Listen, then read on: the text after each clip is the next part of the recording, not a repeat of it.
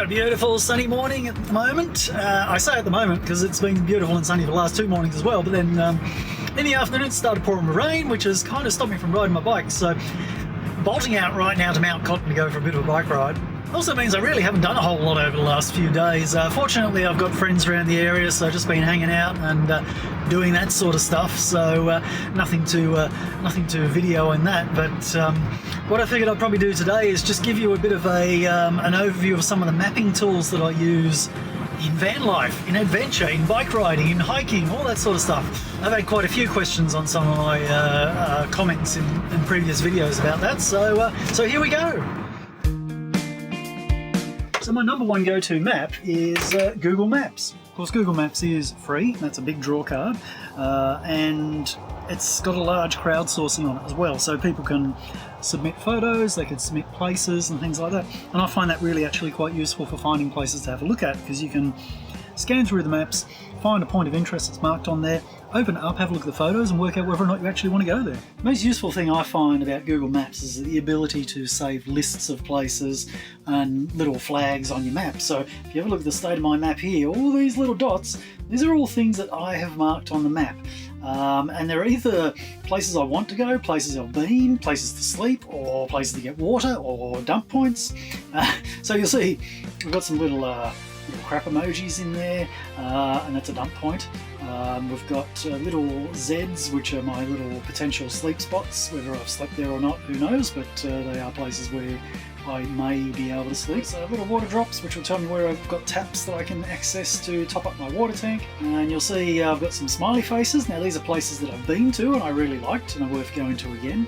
And then there's not so smiley faces, which are places I've been to and like, yeah, you know, not too bad. And then just the standard little flag there are places that I would like to go to still. So if I go down to the U button down the bottom here, I can see my lists, which are here, your lists, funnily enough, and you can see all the different categories I've got. So I've got, you know, been, loved it, Queensland sites, that's obviously at the top at the moment because I'm adding quite a few to that. The save trips and labelled trips, I don't really use those, they're just kind of a couple of defaults. But sleep spots, you know, I can, if I tap on that, then I've got all my sleep spots showing up on the map here. So yeah, there's a few. It's around Sydney there and up the coast. What about Queensland? I don't have many in Queensland, although yeah, that would beg to differ. I've marked quite a few places. Most of these are potential places because I haven't been to a lot of these spots yet, particularly around Redland Bay, which is somewhere where I plan on going over the next few days. There's something really useful that I searched Google for. I did a Google search on how to do it and couldn't find any answers. And eventually, one of my subscribers, Joe, actually told me how to do this.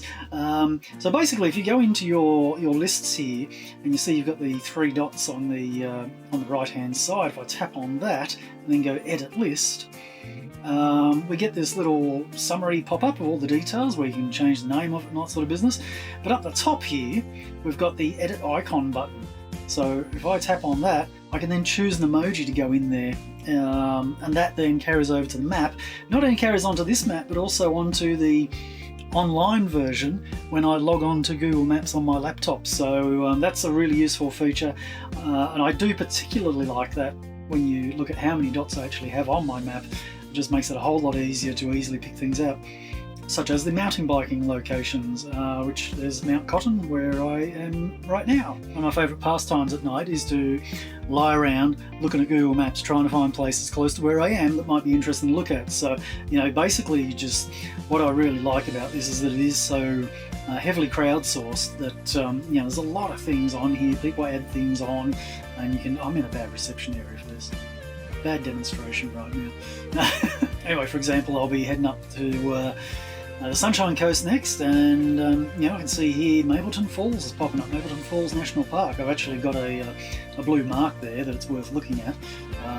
But let's have a look at Peregrine Lookout. Let's tap on that, and then we can pull that up, have a look at the pictures. Someone's put a nice little video on there. Have a bit of a look. We've got some details about how long the walk is. Nice people have taken photos of that. We can see what the view is like. Fantastic. Okay, well I might want to go there, so then I'll just go and click my save button, and we'll put that into my Queensland Sites trip, Queensland Sites list, and save that. And that's now another little blue dot on my map. I use for mountain biking? There's actually a couple of apps that I use. Don't need to use two, but I do. The main one is Trailforks for finding places and finding where you are and how to get around the various parks. The second one I use is Strava, and Strava is kind of like an athlete's app for tracking their performance. And again, it's one of those things where you kind of have to, hang on, got to concentrate. Oh, so bad at these ones. Oh, it's terrible. Okay, need to warm up. So my first run down. Bloody hell. So with the two apps, Strava is pretty terrible at actually finding trails. It's not bad, but it has things on there called segments, which are basically little sections of track, circuit, whatever, where you race other users of the app. So every trail I go on here will have a segment, but it's very hard to distinguish between them, between road segments, mountain biking segments, walking, and that functionality is a little hairy. Again, it's a user contributing platform where people set up the segments. So a segment can be absolutely anywhere. Trailforks, on the other hand, seems to just set up actual official trails and things. Now again, it's it's crowdsourced. Users do submit trails, but it seems to be a lot more controlled. So I don't know how it works. I don't know how they control it, but Trailforks is definitely better for mountain biking, and it is more mountain bike focused too, so it does show all the mountain bike parks, and they're not diluted with road riding routes. Now you can record your rides in both of them, and the little maps that I put on every time I go for a ride on the videos are my Strava ride maps. You can do this on Trailforks as well, and I actually did it today as well, so this is kind of the comparison between a Strava trail map on the left hand side there and a Trailforks ride map on the right hand side. The reason why I'm on Strava is because lots of other people are, so it's one of those critical mass type things where you have all your friends are on there, so you have to join as well. So I just use the free version of Strava. It's about $90 a year for the upgraded version, and really all it gives you then is a bit more training stuff. And I don't need training stuff. I'm not an athlete, so really the main things I'm interested in is just seeing where I rode, how far I rode, what the mileage is on my bikes, and I think I can do this all through Trailforks as well. So at the end of the day, for me, when I'm really only doing mountain biking, I think Trailforks would be a better option for me to buy that now. The reason why I have Strava still is because there's lots of people following me on that. All my friends use Strava, so we can all see what each other's doing, and that's kind of, it's that critical mass thing. You get sucked into it by the critical mass of people. Now, hiking apps. So Google Maps is pretty mediocre when it comes to hiking. It shows some trails on there, but it doesn't have the detail. Of the other apps I've got, there's Strava. Now Strava will record hikes. You can basically just flag it as a hike, and then it'll tell you how you're doing against other people that have hiked it. And Strava's not too bad for that purpose, but still not the best for actually finding places. But I find all trails to probably be the best one for finding trails close to wherever you happen to be at the time to walk on. So I've got all trails here. We'll just click on that one. This is not working. I need to be in a spot where I've got reception. Which brings up the other issue. Without paying for a lot of these, you don't get offline maps. There's another little plus of Google Maps that it can actually save offline maps in the free versions. I don't know if there is a paid version of Google Maps. I don't think there is. But again, they're not very detailed, so that is the other downside. I do have another mapping app, which is Australia Topo Maps. And this one's pretty good. It gives you a lot of different maps to choose from. So you click on the layers button there, and basically you've got stacks of different types of maps for wherever you happen to be, which is quite interesting, quite useful. Got this on the Queensland Topo Maps at the moment. And again, I believe you can record your routes on this, and it shows your current location. And now I've got a bit of reception up here, so that's good. But this one has the bonus where it gives you a lot of high-level detail. So Google Maps, as you zoom out on Google Maps, you lose the detail and trails just disappear. So that's really frustrating, whereas a lot of the other mapping programs, All Trails and this Australia Topo Maps, you can still see the details when you zoom out, so you can get a bit of an overview as to where a trail actually goes. So getting back to All Trails, you click on the little map icon there, and it brings up a a good map of where you are. It shows various different trails around the area. You can zoom into the exact spot where you are. And once you zoom in, you've got the little black dotted lines that show where all the trails are around the area. I have found that a lot of these black dotted lines end up being driveways and things, so you do need to be a little bit careful as to where you're going, but it's also good for showing points of interest. You know, we zoom over here, we can see the mountain bike trails and everything. It doesn't distinguish between mountain bike trails and walking trails, but it does just show trails everywhere, and that's actually quite useful. And as always, there's a fair bit of crowdsourcing on this, so if we zoom in here, we can see the 3 trails marked there. We tap on the 3 trails, what happens? We've got a few that pop up down the bottom, and if I choose Mount Cotton via Summit Trail, let's have a look at that. We can get a bit of a summary. If you subscribe to this, you can get a lot more information about the trail and get previews and things like that. But even in its basic mode, you know, you can get an idea. 3.7 k's length, 157 meters gain.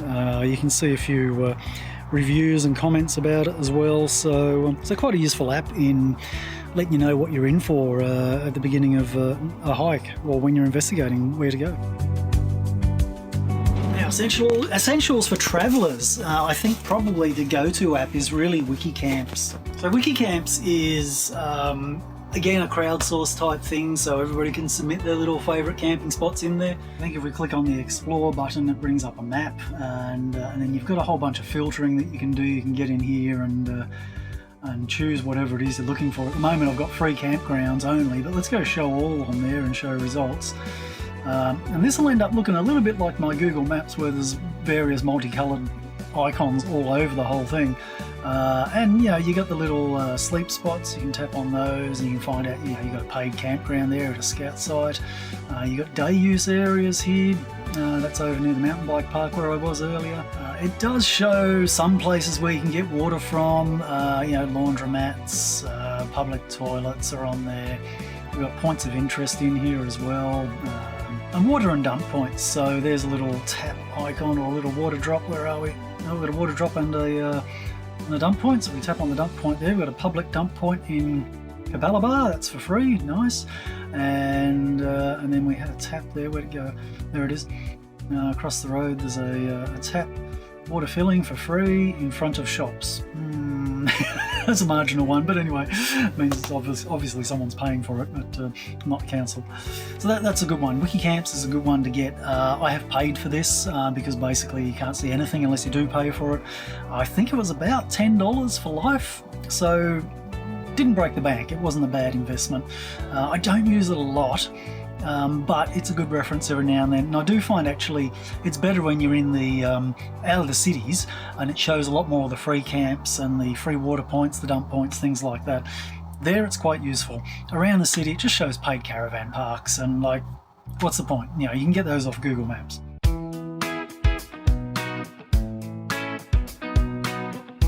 I think one more that's worth mentioning is Gaia, and that one's part of the Trail Forks Maps group. So it gives good topographic maps. It's a lot of detail, like the Australian Topo one that I've got at the moment. You can look at it for free to a certain degree, and then there's a paywall on there as well. It's expensive though. If you pay for it alone, it's like $100 a year, but you can do a bundle offer where you can pay for it and Trail Forks. I'm not sure if All Trails is in there still as well, but yeah, it's like $150 a year, so they're not cheap subscriptions. So I'm just having a bit more of a look into this Gaia app as well, because it's one that I haven't used before. I only downloaded it recently, just have a bit of a look, and it's looking pretty good. You know, I think if I just sort of go back to the walk I did up at Flinders Peak there, I can kind of zoom into that area. You can see the trail on the map there. When I tap near that trail, I get the conservation area pop up. I get a couple of hikes come up in the list, and I can see the Flinders Peak. Tap on that, and then it gives me a bit of details such as you know, the elevation gain over the walk, the distances, the times, difficulties, and things like that. So it's kind of given me everything that All Trails does, and you know, the map itself is actually very good. You can zoom in very close, and I've just lost the trail. Let me just click back on there and get it back again. This peak, there we go. So if I've got that highlighted, I can actually zoom right in there. I can see exactly where it goes, and then, you know, if I hit the the record button while I'm doing that walk, I should be able to track my path along that path itself. So the more I look at this Gaia app, the more I'm kind of liking it. And I think I might actually use this a bit going forwards. I just did a bit of a walk up the road, and you can see quite clearly that as I was coming back, I tried to retrace my path. Badly, on purpose, but I could see I deviated from it, and I could walk back over to the path, get back on it, and then I could continue along and follow that path. That's a really good feature when you're out in the bush. You know, if you're somewhere in the bush and you're starting to go overland, which I quite often do, and it becomes difficult to find the trail back, then having that GPS map and being able to guide you back to the path where you came from is quite important. So the summary of the apps: Google Maps, kind of have to have it for cycling, definitely trail forks, and it's looking like for hiking and stuff as well. Gaia's up there. I tell you what, I'm coming over to Gaia, and that would do away with a couple of the other apps that I'm actually using. And the fact that Trailforks and Gaia are part of the same group, and I can get them both for $90, that's not too bad. I'm still not going to pay for now, but at some time in the future I may want to have offline maps. So yeah, then I'll probably fork out the cash. If you're on a bit more of a budget and you want offline topographic maps, then the Australian Topo one is good. It's relatively cheap. I think it was only $30 for a year, so that is an option, but yeah, you can't zoom in very far. I don't think its recording functionality is very good. It will give you a ping and show you where you are on the map, so that's something at least, but it's, you know, it's not the best. You still need to have map reading skills on that one, whereas something like Gaia, you don't really need to know how to read a map, it'll just kind of guide you. Anyway, I reckon that's all for now. Hopefully you found some of that useful and interesting, and you know, if you disagree, if you've got other tools that you think are quite useful, then share it in the comments, because I'm always keen to have a listen to what everybody else is using and check out some other options. It's just been raining again, so today's a washout, but from tomorrow onwards we're supposed to have no rain for the next 3 or 4 days, I think, so I'm looking forward to that. I do want to go and do a little bit of island hopping over the next week or so, so look out for that. That could be an interesting video. We'll see how we go. I may be late getting the next video out if I get wrapped up in what I'm doing, but let's see how I get on. Anyway, for now, I will bid you farewell, and thank you very much for watching, as always, and I will catch you again soon. See you later.